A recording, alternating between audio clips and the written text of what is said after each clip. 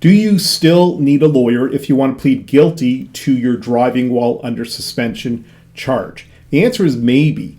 Take a step back and consider these three factors. First, don't let stress influence your decision. I get it. Getting charged with driving under suspension, it's stressful. And what makes the stress even worse is that the legal process that you face is going to take you many months, in some cases even over a year. That pressure, that stress, that often leads people to plead guilty just because they want to get it over with.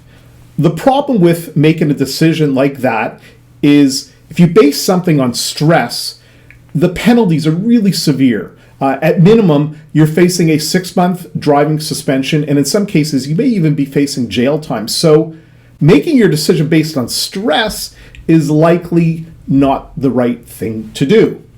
2, if a mistake was made with your charge, the charge may get withdrawn even if you're guilty. In my experience, people who plead guilty to driving while under suspension, they use this logic. Your license was suspended, you drove, and you got caught. And if you know this, then for sure the prosecutor in court is going to know this too. So you're going to lose anyways. Why not get it over with so you can just get on with your life? The mistake with that logic is that there are rules the police and the prosecutors, they must follow when they convict you of your driving while suspension charge. And the reality is police and prosecutors, they make mistakes. They're human. And if any of those rules were not followed, then your suspension charge would get withdrawn and the severe penalties go away, even if you're guilty. So you may be making a mistake by pleading guilty. 3, an experienced lawyer may be able to get your penalties reduced. When a lawyer gets involved in your case, they may be able to get your penalties reduced in many situations.